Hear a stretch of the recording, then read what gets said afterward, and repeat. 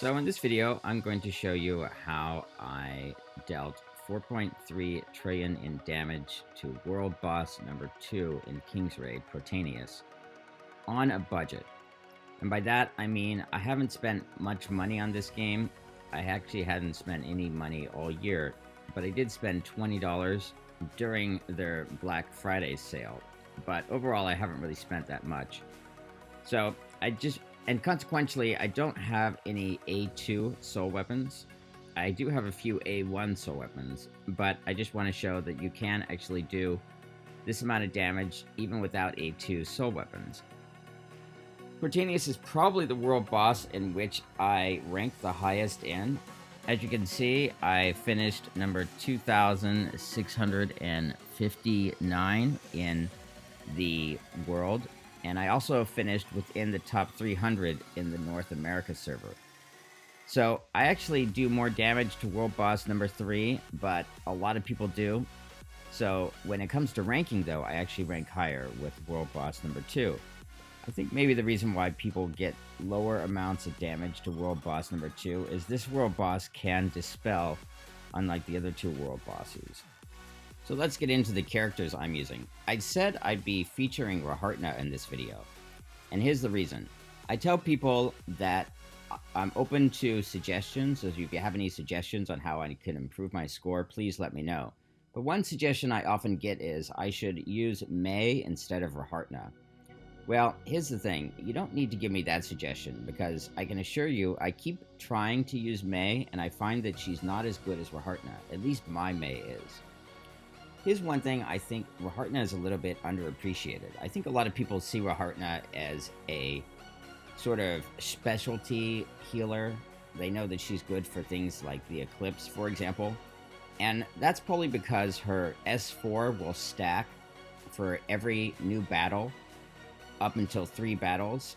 So for 1 battle situations like World Boss, her S4 doesn't stack, but you still get the buffs from her S4.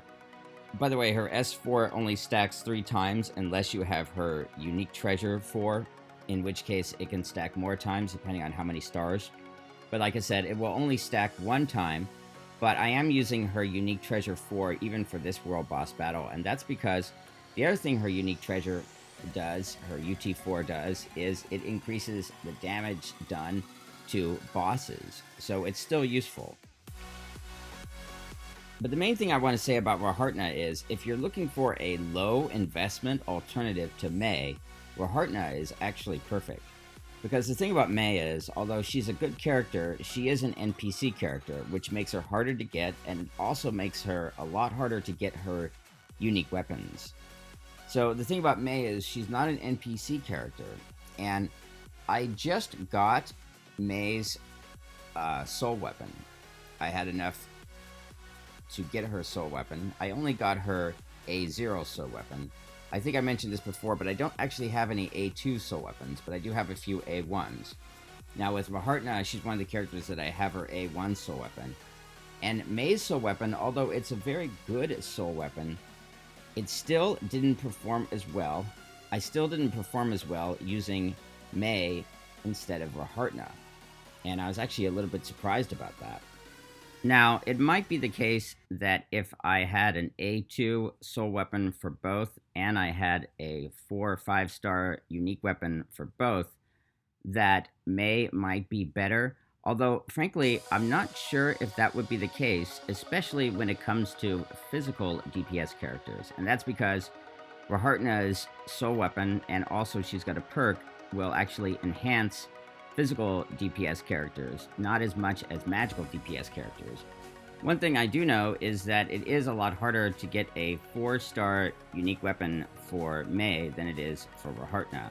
So if you're looking for a lower investment alternative to May, I highly recommend Rehartna. I find that she works just as well, if not better, in pretty much all cases where people say that May is useful. And so as you can see in this battle, I'm using Rehartna's S2 Dark perk. That increases the amount of physical damage that the target takes by 25%. That's useful for physical DPS characters. And I'm also using her S3 S3 light perk, and that will cause her S3 to reduce the cooldowns for 6 characters rather than 4. One thing Rehartna does that Mei doesn't do is her S3 actually will reduce cooldowns, not as much as Audi, but it does make a difference. I'm also using Siegfried Techno-Magic gear on Rehartna. Siegfried gear is actually pretty useful on healers. I know a lot of people like to use Isolation gear on healers, and actually I am using Isolation gear on Fallen Frey in this battle. But I find that for this world boss, it's important to balance out defense and offense, and what Siegfried gear does on healers, it will increase the amount of mana that everyone gets, and it also will increase their heal rate. So it's more defensive in the sense it increases everyone's heal rate, but it also increases everyone's mana, which can be both offensive and defensive. So I find having a set of Siegfried gear on a healer helps balance out the defense and offense. For my main DPS character, I'm using Cecilia, and as you can see, I am using Tier 8 Manticore gear, and the reason for that is I still don't have a set of Galgoria gear for mechanics that would actually be better for DPS characters than Manticore gear. The thing about Galgoria gear is you need to have the right additional skills, or otherwise Manticore gear is actually better. I do actually have a set of Galgoria gear for wizards that would be better than Manticore gear would be for a DPS character that's a wizard. I still don't have that yet for mechanics, but I find that I can still get a lot out of using Techno-Magic gear on supporting characters. One of those supporting characters is Priscilla, who is a warrior, and her S2 gives 15% of her attack to your main DPS character. For that reason, I'm using Siegfried gear on her, but in her case, it also actually depends on having some of the right additional skills. Like I have at least one additional skill on this that also augments the main DPS character even more. And even though she actually would have more attack if I was using Manticore gear on her, and that's because Manticore gear has more lines of substats than Techno-Magic gear, I do find that with a few of the right additional skills, you can actually get Priscilla using Siegfried gear to actually be better off than if she was using Manticore gear. With Siegfried gear, she will increase the attack speed of all of the characters. Another additional skill that I'm using on her gives her one more use of her soul weapon, which is pretty useful on Priscilla because her soul weapon recharges pretty quickly, unlike some of the other soul weapons.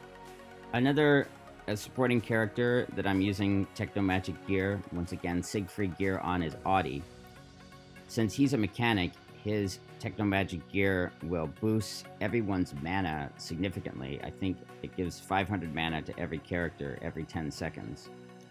And with Audi, it's actually not even that important to get the right additional skills, because things like attack are not really that important for Audi. But I do find that a few additional skills help. Like one additional skill that I have on Audi's gear boosts everyone's critical damage by 10%. Another one increases everyone's defense by 7%. Another supporting character that I'm using Siegfried gear on is Veronica. And since Veronica is a wizard, in a supporting position, Siegfried is actually pretty good gear to have on a wizard in a supporting position, because it will boost the attack of all of the characters, and it will especially boost the attack of the main DPS character. I also have a couple of additional skills on her set of gear that increase the main DPS's character even more. So Siegfried gear works pretty well with Veronica. The last supporting character that I'm using Siegfried gear on is Loman. Siegfried gear is pretty good for tanks since it will increase everyone's defense and also everyone's attack. when you use it on a tank like Loman. I also have a few supporting stats, additional stats, including one that will increase the defense for all characters, and another one that increases everyone's critical damage. The reason why I'm using Loman in this battle is because he's got a very strong physical amp with his unique weapon. I have a 3-star unique weapon for Loman. He is a NPC character, so it's a lot harder to get his unique weapons. 3-star is actually the highest I have for any NPC character, but at 3 stars, he increases the amount of physical damage done, I believe, by 43%.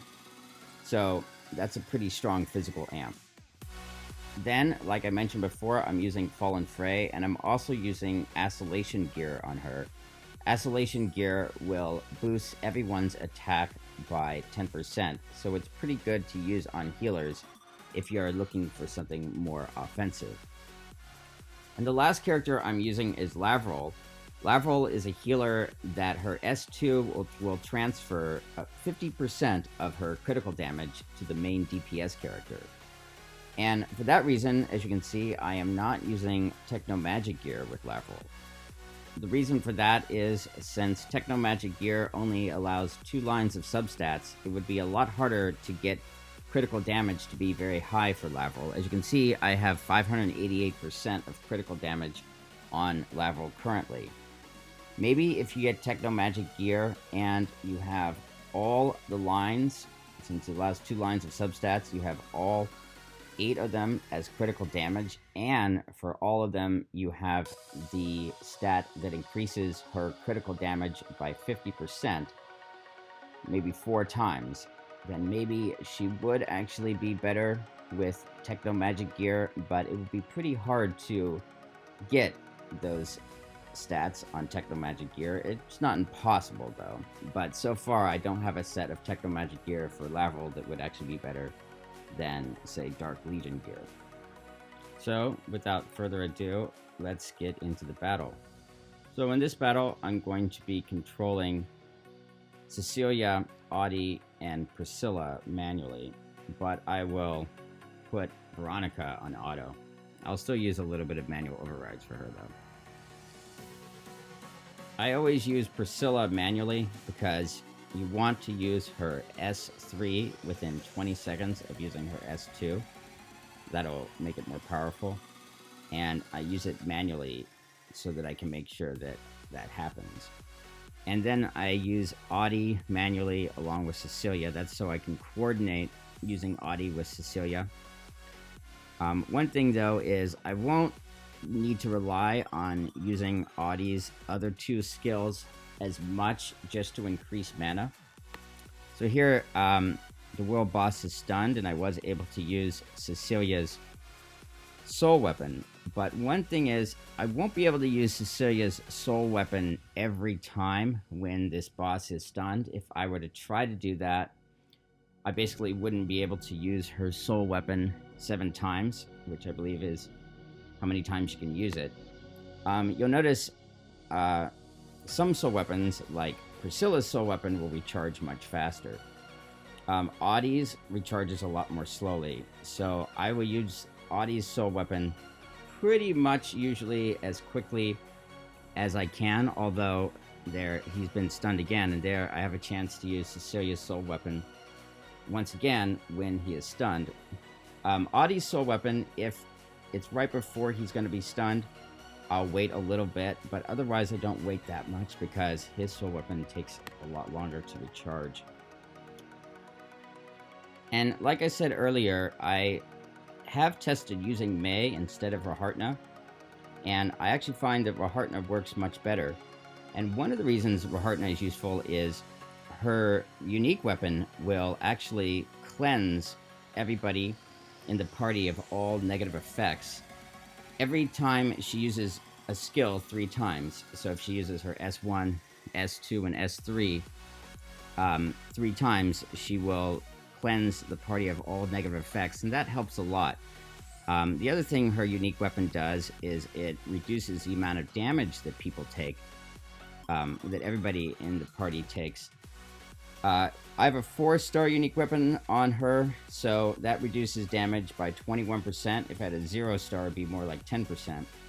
But it makes a difference. So here, he's going to be stunned once again, and I don't think I'll be able to use Cecilia's soul weapon this time. No, I wasn't. This boss is not stunned for that long. And by the way, when I tested using Mei, I did try using her manually as well as on auto. And I did try spacing out her soul weapon so that way the attack boost goes to the main DPS character for the entire time. And I did try using it manually just to be certain of that. And I'm telling you, I still did not get nearly as much of damage as I did when using Rehartna. So Rehartna is an excellent alternative to Mei, especially if you're looking for a character that requires a lot less investment. So, I mean, I think a lot of people are missing out on that, or don't realize how useful Rehartna is. So we're getting close to the 2-minute mark, and at that point I will have done 2.5 trillion in damage, so that's pretty good at the 2-minute mark. Like I said before, I did have to balance out defense with offense with this world boss. I could have used a few other artifacts, or I should say gear, that would have given me more critical damage, but I found that I had to use gear that would give everybody more defense, a little bit more with this world boss, otherwise he would kill too many of my characters early on. In fact, Loman is actually not going to survive for this battle, at least not at the very end, but the other characters will survive. So I can still use Cecilia's soul weapon 3 more times, and it's beginning to look like I won't be able to use her soul weapon all 7 times, and that's because I have been making something of an effort to try to use her soul weapon when he is stunned, but it looks like I'm still going to have 1 use remaining on her soul weapon by the time this battle is finished. So I'm not sure if it would have been better to have used her soul weapon 1 fewer time when he is stunned, but used it all 7 times, or if it would have been better to do it as I did and use it a little bit less, but use it more when he is stunned. I'm not really sure. I guess it's a balance, but it seemed to have worked out pretty well for me in this particular battle. As you can see, I'm doing pretty well, and that's pretty good considering that I don't have any A2 soul weapons at all. Incidentally, I'm also not using any soul weapons with an ether level of 20. In fact, Cecilia's soul weapon, of all the soul weapons I'm using in this battle, has the highest ether level at 16. So, yeah, I'm not using any E20 soul weapons either. So, with about 40 seconds left, we just passed the 40 trillion mark, and it looks like he did just kill Loman, but that's okay. Maybe if he had killed Loman earlier in the battle, it would have been worse, but since there's just a little bit of time left, it's okay. It's not ideal, but it's okay. And there we go, the end of the battle. And we had over 4.3 trillion in damage, and I did end up completing this world boss while staying in the top 3,000 in the world, and also in the top 300 in the North America server, which is a pretty good result considering I'm on a budget here. Thanks very much to my Patreon producer, Lena, aka Lollipop, and my Patreon associate producer, Jamie Joy. If you like this video, give it a like, and if you haven't already, subscribe to my channel, click the bell icon for notifications, and select all notifications. It really helps me out when you select all notifications. You can also catch me on Instagram, Snapchat, and Twitter at Zorkbid123.